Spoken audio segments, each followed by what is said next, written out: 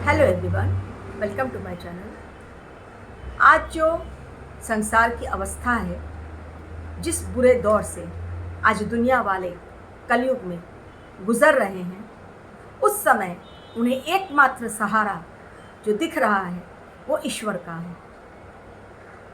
कहा गया है वेदों और पुराणों में कि आज के हालात में यदि हमारी कोई मदद कर सकता है तो वो सिर्फ ईश्वर ही कर सकते हैं। लेकिन सवाल ये है कि अगर जब ईश्वर को पता है कि आज के दौर की इतनी बुरी अवस्था है और इससे कैसे निकलना है, ईश्वर को सब कुछ पता रहता है क्योंकि वो सर्वज्ञाता है, सर्वज्ञानी है, तो फिर वो आते क्यों नहीं हैं और चेंज क्यों नहीं करते रहे? क्यों वो समय का इंतज़ार कर रहे हैं? आपके मन में ये प्रश्न उठ रहा होगा, मेरे मन में भी ये प्रश्न उठता है, जिसका जवाब लेकर आज मैं आप लोगों के समक्ष आई हूँ। इसी बात पर आज मैं अपना वीडियो आप लोगों को देने जा रही हूँ। हर कोई एक एम लेकर इस दुनिया में आता है और उस एम को फुलफिल करने के लिए हम अपनी कोशिशें करते रहते हैं आजीवन, जब तक कि हमारा एम फुलफिल नहीं हो जाता है। उसी प्रकार कल्कि अवतार का भी एक एम है, जिस उद्देश्य से वो इस धरती पर आएंगे। उनका वो उद्देश्य छोटा मोटा नहीं है, काफ़ी बड़ा है और उसके अंडर में काफ़ी सारी बातें भी आती हैं। अब सवाल ये है कि क्या कल्कि भगवान को पता होगा कि वो किस उद्देश्य से आ रहे हैं और वो कौन है? देखिए, एक बात अच्छी तरह समझ लीजिए, हम मनुष्यों को क्यों नहीं अपना पिछला जन्म याद रहता है? क्योंकि जैसे ही इस सृष्टि में, इस धरती पर मनुष्य जन्म लेता है तो माया के वशीभूत होने के कारण इंसान अपना पिछला जन्म भूल जाता है। बिरले बावर कोई शायद ही ऐसा इंसान है जो कि अपने पिछले जन्म की कुछ एक बातों को उस समय याद रख पाता है जिस समय तक वो 5 साल या 6 साल का नहीं हो जाता, लेकिन धीरे धीरे वो बातें उसके दिमाग से खत्म हो जाती है। ऐसा सबके साथ नहीं होता, शायद इक्के दुक्के कोई होंगे, आप लोगों ने देखा होगा, पढ़ा होगा कोई न्यूज़, कि जिन्हें अपनी पिछले जन्म की कुछ बातें, पूरी बात नहीं लेकिन कुछ बातें याद रहती हैं, लेकिन ऐसा सबके साथ नहीं होता। कारण क्या है? इस संसार में आने के साथ ही माया का चक्कर हम लोगों के ऊपर पड़ता है और वो माया के चक्कर, मायावी होने के कारण हम लोगों में वो बात आ जाती है कि हम लोग अपना पिछला जन्म पूरी तरह से भूल जाते हैं। लेकिन कल्कि अवतार के ऊपर इस माया का कोई भी प्रभाव नहीं पड़ेगा, इसलिए उन्हें ये उद्देश्य अच्छी तरह से याद होगा कि वो वास्तव में किस जन्म में क्या थे, कब कब उन्होंने कौन सा अवतार लिया।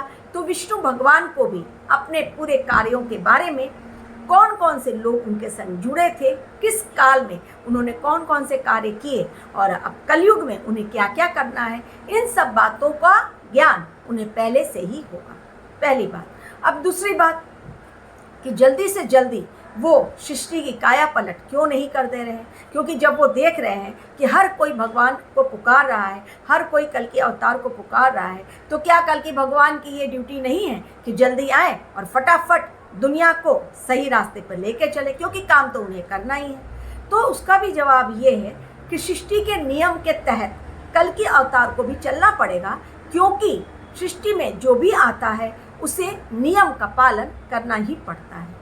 जैसे एक बच्चे को जन्म लेने के पहले 9 महीने गर्भ में रहना पड़ता है, जैसे एक पेड़ को पेड़ बनने से पहले बीज की शक्ल में रहना पड़ता है, फिर बीज पौधा बनता है और पौधा पेड़ बनता है। यानी सृष्टि का जो भी नियम है, उस नियम को जब शारीरिक अवतार लेकर शारीरिक रूप में भौतिक जगत में जब भगवान भी आते हैं तो उन्हें भी उन नियमों का पालन करना पड़ता है। जैसे अस्त्र शस्त्र चलाना सीखना, गुरु के उपदेशों का ध्यान रखना, ज्ञान लेना, वेदों पुराणों में क्या कहा गया है उन्हें ज्ञान है, लेकिन सृष्टि के नियम के तहत ही उन्हें भी उन सब प्रक्रिया से गुजरना पड़ेगा जो कि अवतार लेने से पहले, यानी इस सृष्टि में आने के बाद उन्हें जो कर्म करने हैं, उन कर्मों के लिए जो जो प्रक्रिया पहले से की जानी चाहिए, उसी नियम के तहत आज भी कल्कि अवतार उन्हीं सब कामों में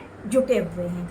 यानी वो भी उल्लंघन नहीं कर रहे हैं सृष्टि के नियमों का, क्योंकि ये सृष्टि का नियम है। जो भी इस सृष्टि पर आएगा, चाहे वो पेड़ हो, पशु पक्षी हो या इंसान हो, हर किसी को भगवान ने ये नियम बनाया है कि सृष्टि के जो भी नियम हो उसके लिए उसका पालन पूरी निष्ठा के साथ उसे करना है। तो चाहे भगवान ही क्यों ना हो, भगवान भी जब अवतार लेकर इस पृथ्वी पर आ रहे हैं, यानी वो शारीरिक रूप में भौतिक जगत में हमारे समक्ष आएंगे, तो उन्हें भी उन नियमों का पालन करना पड़ेगा जो सृष्टि ने उनके लिए पहले से ही सोच रखा है। इसी के तहत कल के अवतार की तैयारी चल रही है, यानी वो भी गुरु का उपदेश ले रहे हैं, वो भी अस्त्र शस्त्र का ज्ञान ले रहे हैं, उन्हें किस तरह चलाना है वो सीख रहे हैं। हर चीज़ जो उन्हें पहले से पता है, लेकिन उन्हें सीखना पड़ेगा इस सृष्टि के नियमों के तहत। तो इसलिए वो अपने अधूरे काम जो सृष्टि में आने से पहले ज़रूरी हैं, उन सब कामों की प्रक्रिया अभी चूँकि पूरी नहीं हुई है, और इसलिए अब उन कामों में वो चूँकि रमे हुए हैं, लगे हुए हैं। तपस्या है, अस्त्र शस्त्र को चलाना है, ज्ञान की प्रक्रिया है, किस तरह से किस मनुष्य को हैंडल करना है, किन किन चीज़ों का नाश करना है, और किन किन लोगों को सतयुग की ओर लेकर चलना है। बहुत बड़ी लिस्ट है, बहुत बड़ी लिस्ट है कल की भगवान के पास।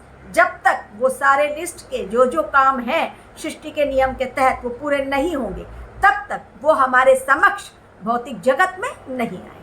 उनका जन्म भले ही हो चुका है, लेकिन वो किसी को दिखलाई नहीं पड़ेंगे।